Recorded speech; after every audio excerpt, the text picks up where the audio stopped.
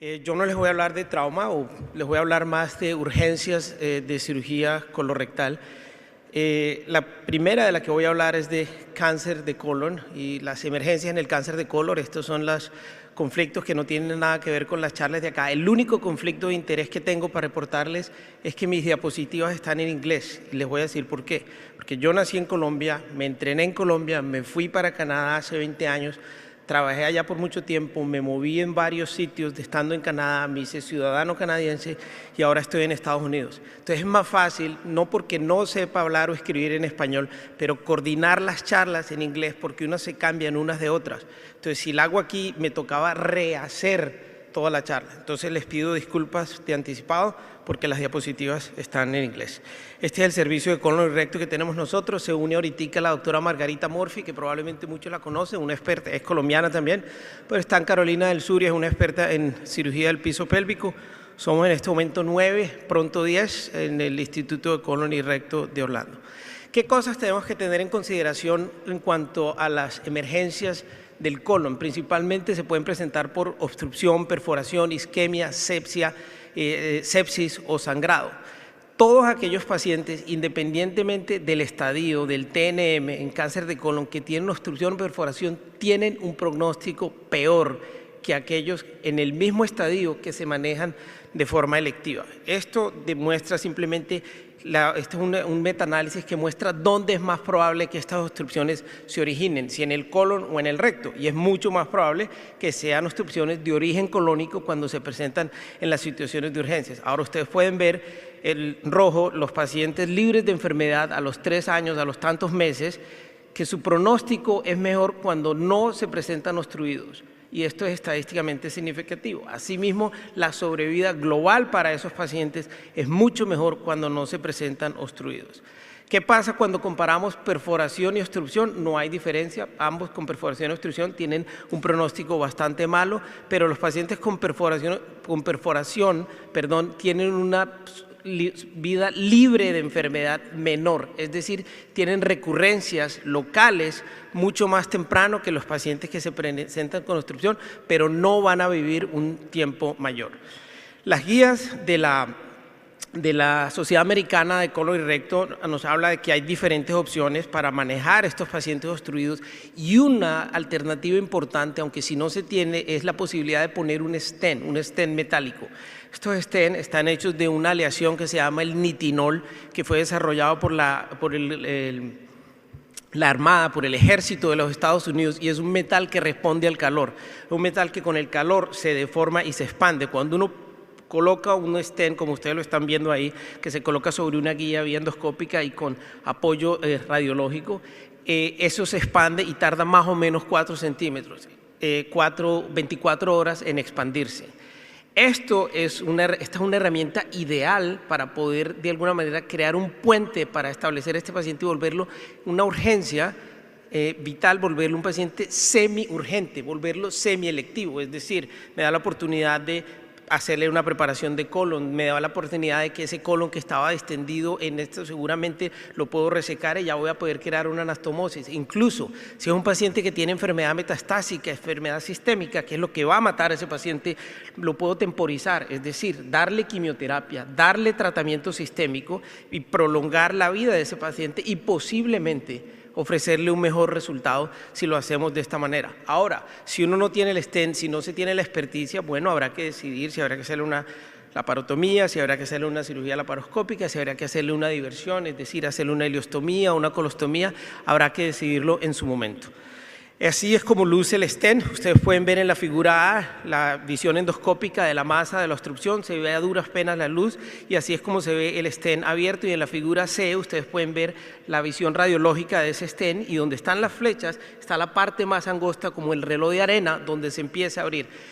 Sitios donde no se debe colocar nunca un stent, la flexura esplénica, la posibilidad de perforación es altísima, y aquellos pacientes en los que uno va a dar Avastin o inhibidores del crecimiento vascular porque hay una posibilidad de perforación aún más amplia. Quise poner aquí la obstrucción del intestino delgado. ¿Por qué? Porque es muy común, independientemente de que uno sea un cirujano colorectal, cualquier cirujano que esté en un servicio de urgencias y que no sea un cirujano de trauma, se va a enfrentar a esto. ¿Por qué? Porque es supremamente frecuente. Las causas pueden ser de cualquier índole, pero las causas más comunes son ya sea de razón extramural, de razón mural o de razón intraluminal. Las causas más comunes, nosotros las conocemos, son las adherencias después de cualquier evento operatorio. Hay una posibilidad importante de desarrollarlo. Luego están las hernias, luego están las neoplasias, los tumores, y no son una patología colónica, pero esto representa el 80% de los casos de obstrucción intestinal que nosotros vamos a ver, sobre todo en una situación de emergencia. Hay otras murales que son un poco menos frecuentes y sobre todo en las latitudes nuestras, como la enfermedad de Crohn, la colitis ulcerativa. Yo, cuando me entrené originalmente en Colombia, nunca vi un paciente de enfermedad inflamatoria intestinal, y cuando llegué a Canadá todo el mundo tenía enfermedad inflamatoria intestinal. Yo lo leía como algo que pasaba en otra dimensión, y allá me encontré que, bueno, es cierto, y los pacientes tienen mucha sintomatología por esto. Intraluminales pueden ser cuerpos extraños, pueden ser un hilio por una cólico biliar, perdón, por una cálculo biliar. Estas son las imágenes y bueno, hay que saber interpretarlas, así se ven los pacientes. La tomografía axial computarizada nos da una idea para saber qué es lo que hay que hacer. Posibilidades de resolver esto de manera mínimamente invasiva es lo ideal. Si estos pacientes se pueden hacer por vía laparoscópica, y podemos entrar en todas las discusiones de cuáles son las ventajas, ya que los doctores previos hablaban de la cirugía mínimamente invasiva o máximamente invasiva, pero estos pacientes tienen una mejor calidad de vida, tienen una menor cantidad de recurrencia, tienen menor mortalidad si se manejan por vía mínimamente invasiva, es decir, por vía laparoscópica. Pero ¿qué es importante aquí? La posibilidad de una enterotomía es grande, y uno puede decir, bueno, una enterotomía no es un gran problema, y es cierto, puede que una enterotomía no sea un gran problema porque uno puede de pronto repararla. Y aquí, como ustedes ven, el cirujano está haciendo esto por vía laparoscopia, la identificó, y la verdad es que una enterotomía no es un gran problema, es un tremendo problema. ¿Por qué? Porque una enterotomía que uno reconozca tiene posibilidades de complicaciones muy importantes. Una enterotomía que no se reconozca tiene complicaciones devastadoras. Ese paciente se va a morir. Muy probablemente se va a morir si tiene una enterotomía que nosotros no hemos visto. ¿Cómo decidir entonces si yo voy a hacer este paciente por vía laparoscópica o lo voy a hacer abierto? Este es el LAPAD, un estudio con 715 pacientes, y encontraron que hay una posibilidad importante de enterotomías, y la mortalidad en aquellos que tenían una injuria fue del 8%, 4 veces más de aquellos pacientes que no tenían una injuria intraoperatoria, es decir, que no tenían una enterotomía intraoperatoria. Entonces, ¿cómo decido? El factor clave es el número previo de laparotomías anteriores, y el único factor significativamente estadístico fue exactamente eso, de 2 a 3, y miren cómo eso, el valor agregado ajustado, el odds ratio, se incrementa hasta 4 veces más, se incrementa hasta 15.79 con 4 laparotomías o más. Siempre supimos que las adherencias y la cirugía previa era una contraindicación en su momento, una contraindicación definitiva, después se volvió una contraindicación relativa para la laparoscopia, pero no quiere decir que aunque lo hagamos, no debamos tener un cuidado tremendo cada vez que lo vamos a hacer por laparoscopia, y probablemente a las 2, 3 de la mañana o a la hora que haya que hacer este paciente no es el momento para probar por primera vez a ver cómo me va si no tengo experiencia por vía laparoscópica. Es decir, la selección de los pacientes es el principal factor para determinar el éxito de estos pacientes. Estas son las guías de la Sociedad de Cirugía de Emergencia, y más o menos las guías determinan lo mismo, y si ustedes ven ahí es simplemente hacer una laparotomía. La laparoscopia se puede tratar cuando hay experticia suficiente y cuando hay probablemente menos de 2 laparotomías previas. Ahora, si uno es un laparoscopista experimentado y se tiene confianza, puede tratar y puede hacer el intento de hacerlo. Lo que hay que hacer, sin embargo, es tratar de ser proactivo y no reactivo. Es decir, proactivo es tomar la decisión antes de que ocurra la amenaza. Reactivo es cuando uno toma la decisión después de que ocurre la amenaza. Ustedes ven aquí, esto es una disección de una banda simple, se hace por vía laparoscópica, no hay ningún problema. Ahora, tenemos un paciente un poco más complejo. Me pasé. Un paciente un poco más complejo, no sé qué pasa. ¿Será que me ayudas con el video para rodarlo? Ok, tenemos aquí un paciente un poco más complejo, donde ustedes ven que ya hay asas de intestino comprometidas, ya hay asas necróticas, entonces pues aquí hay que tenerse confianza y tomar la decisión en este momento. ¿Lo convierto o no lo convierto? No lo convierto cuando ya lo rompí, lo convierto antes de que se rompa ese intestino y ahí es cuando tomo la decisión. Si uno se tiene confianza, pues va a utilizar esto, va a hacer los staplers, va a hacer las medidas que tiene, porque dice, bueno, yo he hecho esto antes, he hecho anastomosis intracorpóreas, tengo tranquilidad, tengo otros medios como el ICG que puedo verificar la suficiente perfusión sanguínea, pero tener la tranquilidad o por lo menos la certeza de que a las 2, 3 de la mañana con este paciente, este no es el paciente para probar si uno puede hacer este tipo de cosas. Este paciente uno tiene que hacerlo si ya tiene esa experticia. Los vólvulos, que son de alguna forma frecuente, y hay dos tipos de vólvulos, los vólvulos cecales y los vólvulos del sigmoide. El concepto diferencial aquí es entender lo que pasa en el lado derecho es generalmente algo que viene desde el punto de vista embriológico, congénito. La persona normalmente nace con eso y el problema es que hay una falla en la fijación del ciego, es un problema congénito. Los vólvulos del sigmoide generalmente son un problema adquirido. Entonces pueden ocurrir en diferentes latitudes por diferentes razones. Si uno se va para Norteamérica es por el abuso de laxantes, si uno se va para el África puede ser por un exceso de fibra y un muy bajo consumo de proteína. Si uno está en Latinoamérica hay posibilidades de enfermedad de Chagas, pero son generalmente cuestiones adquiridas.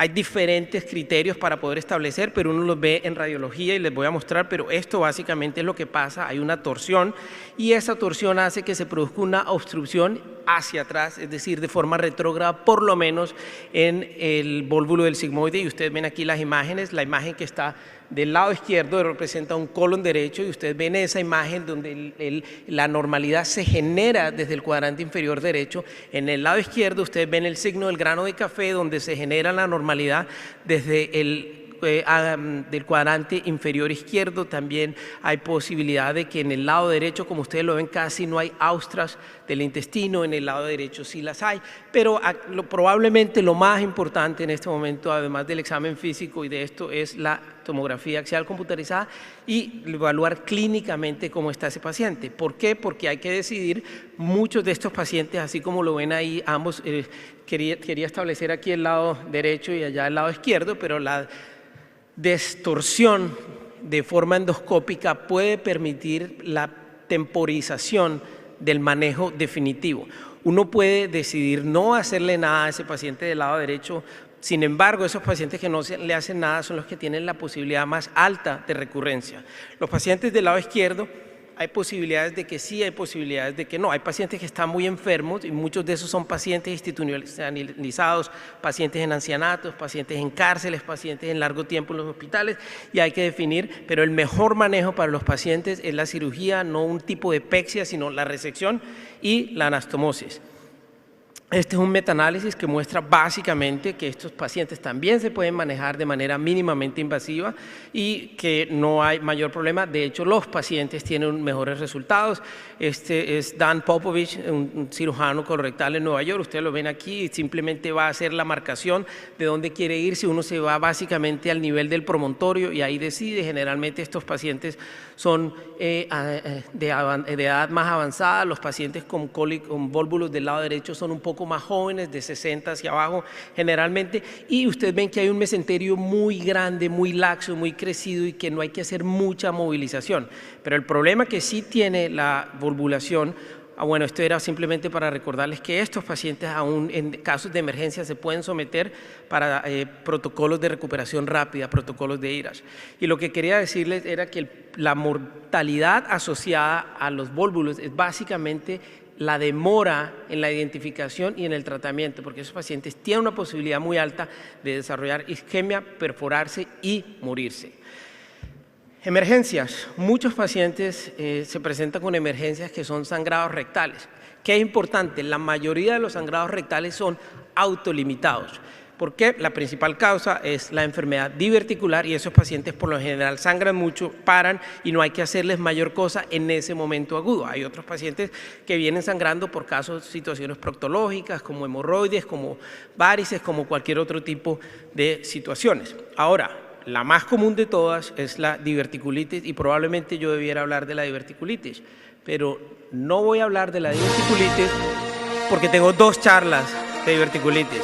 Entonces ahí dice que como es un tema independiente, los invito a la charla 2 de mañana y ahí les voy a contar lo que pasa. Así que hoy no vamos a hablar de diverticulitis.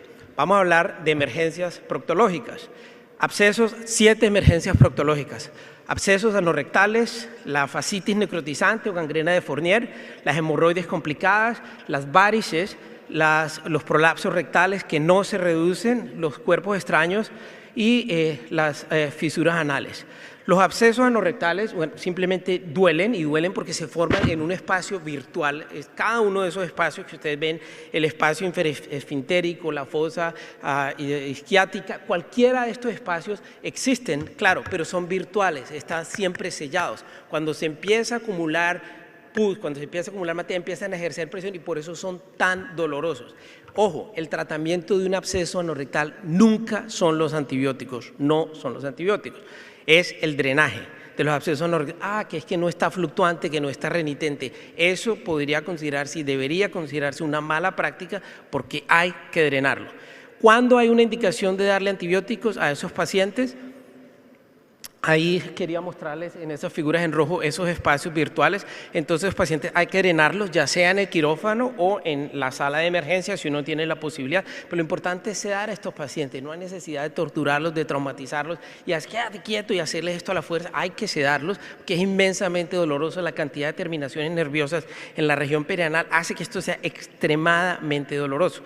La única indicación realmente para antibióticos, que ahí dice no, yo no creo, pero la única indicación es que ese paciente tenga compromiso sistémico, es decir, que esté inmunocomprometido por alguna razón o que tenga evidencia clara de celulitis en ese alrededor. Esos pacientes necesitan antibióticos. Pacientes diabéticos, pacientes con cáncer que son neutropénicos y ojo, esos pacientes con neutropenia y que desarrollan estos abscesos no se van a manifestar de la misma manera, no reaccionan, no se defienden. Estos pacientes están ahí, están enfermándose, están poniéndose, deteriorándose, pero no van a hacer fiebre, no hacen taquicardia, no hacen leucocitosis, a veces ni siquiera hacen dolor, entonces hay que tener un altísimo grado de sospecha con estos pacientes. Una recomendación: cuando drenen un absceso, acuérdense de hacer una incisión elíptica o en cruz y quitar alguno de los bordes, porque si no, en 6 horas eso vuelve y se cierra y el paciente vuelve con el absceso. Y si lo van a empaquetar, que es una costumbre que yo he visto muchísimo, por lo menos en Canadá, que es empaquetar y poner esa gasa, es solamente ese día y de manera simplemente para prevenir el sangrado. La idea de programarlo para que esa persona siga viniendo es una forma de tortura. No lo hagan. Es extremadamente doloroso estar empaquetando a esta persona de forma diaria. Entonces, por favor, no hacer eso, no empaquetarlo, sino simplemente en la primera intervención y simplemente para prevenir sangrado. El 50-40% de estos pacientes va a desarrollar una fístula, es decir, la fístula a la parte tardía, por eso hay que hacerle seguimiento a estos pacientes. Entonces, a todos hay que volverlos a ver porque es casi como tirar una moneda al aire para definir quiénes van a desarrollar una fístula. Recomendación: aunque las guías norteamericanas dicen que si la fístula está presente y es superficial uno pudiera hacer la fistulotomía, yo creo que no es lo ideal porque en ese momento donde hay tanta inflamación hay distorsión de los tejidos, distorsión de la anatomía y es mucho más fácil causar una lesión permanente de ese esfínter y terminar con un paciente con una incontinencia. La fascitis necrotizante, esto es para mostrarles simplemente la patofisiología. Ustedes ven allá que hay una lesión en la piel, pero también hay otros casos donde no hay una lesión en la piel y la migración de las bacterias, y estas son bacterias que producen endotoxinas y exotoxinas, crean este tipo de necrosis de los tejidos. Yo me acuerdo haberme entrenado en Colombia y haber visto cosas brutales en estos pacientes que parecían, decíamos, como un mordido de tiburón o un sobrado de tigre, decían en Colombia, porque eran unas cosas, o ese paciente que ustedes ven en la esquina de allá que tiene básicamente el ano flotante. Hoy uno tiene que tratar de debridar hasta donde sea necesario. No se necesita ningún examen extremadamente sofisticado, aunque ustedes ahí ven la tomografía. Uno simplemente lo que necesita es tener un bisturí y cortar y debridar hasta donde sangra. El tiempo es oro para estos pacientes. Si usted le llega a este paciente y dice, no lo hago esta noche, lo voy a dejar hasta mañana, ese paciente no llega hasta mañana. Ese paciente se muere. Esto es una urgencia vital. Y el cambio y la posibilidad de que este paciente sobreviva está en hacer la debridación en las siguientes 24 horas. Y como decía el doctor Richard, estos pacientes hay que hacer la evaluación secundaria y valoración terciaria, porque esto puede seguir progresando. Además, que acuérdense que estas infecciones normalmente son polibacterianas y muchos de estos pacientes están inmunosuprimidos porque son diabéticos, porque son alcohólicos, porque están malnutridos por cualquier tipo de razón. Las hemorroides complicadas, uno pudiera pensar, y hay veces que uno dice, pero ¿cuál hemorroide puede ser una urgencia? Pueden ser, esta que ustedes ven en la figura A, unas hemorroides que llegan absolutamente encarceladas y que ya llegan con necrosis. Este es el paciente que hay que pasar a cualquier hora de la noche y lidiar con estas hemorroides. Este es el paciente que va a terminar con una destrucción de tejido, una infección destructora de tejido que se va a terminar comiendo todo ese tejido alrededor. Es el paciente que va a terminar incontinente. La causa número 1 de litigios en Norteamérica en coloproctología son las hemorroides. Entonces hay que tener cuidado. Ahora, el paciente que ustedes ven en la B, pues es un paciente que tiene una hemorroide trombosada y el curso natural de esta enfermedad.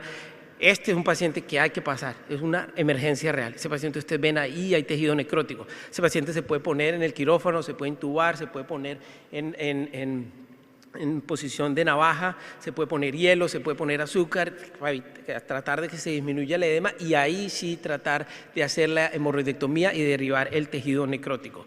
Ahora, yo les quería hablar de ese paciente que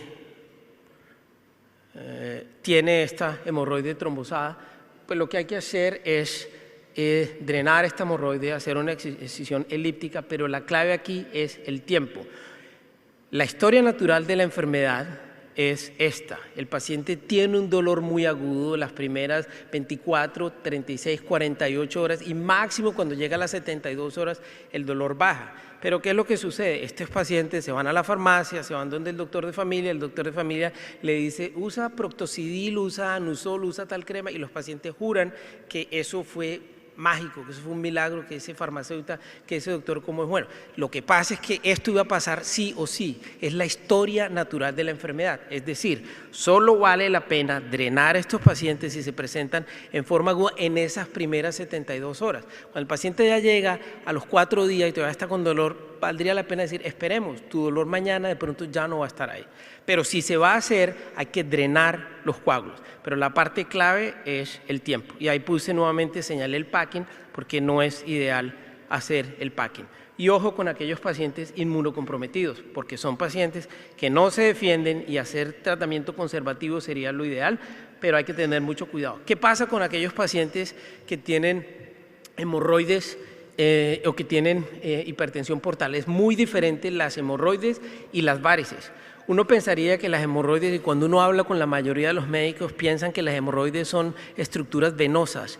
Y si ustedes ven, los pacientes que se quejan de sangrado de hemorroides siempre es un sangrado rojo brillante, porque son conexiones arteriovenosas, pero como tienen construcción de venas, no tienen válvulas. O sea, un paciente se puede morir por un sangrado hemorroidal, porque se puede exsanguinar, porque es muy profuso. Ahora, es muy diferente a este paciente que tiene cirrosis y que empieza a sangrar por esto. Entonces los tratamientos son diferentes y a este paciente hay que identificarlo. Porque a este paciente no le vamos a poner bandas, no le vamos a hacer ligaduras. A este paciente lo ideal es controlarle el problema de la cirrosis. Si tiene una hipertensión portal, hacer el TIPS, hacer el shunt. Y si eso no se puede, hacer escleroterapia. Y si eso no se puede, ligarlo.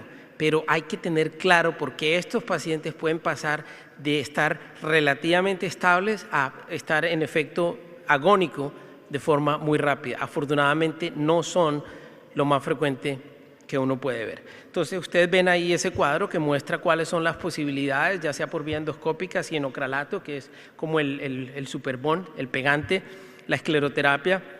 El banding yo diría que es una posibilidad muy alta de complicarse uno en la vida y la parte quirúrgica que ya tiene que ver con el shunt portocavo, que idealmente se debe hacer por vía endovascular y ahí le pediríamos ayuda a esos pacientes.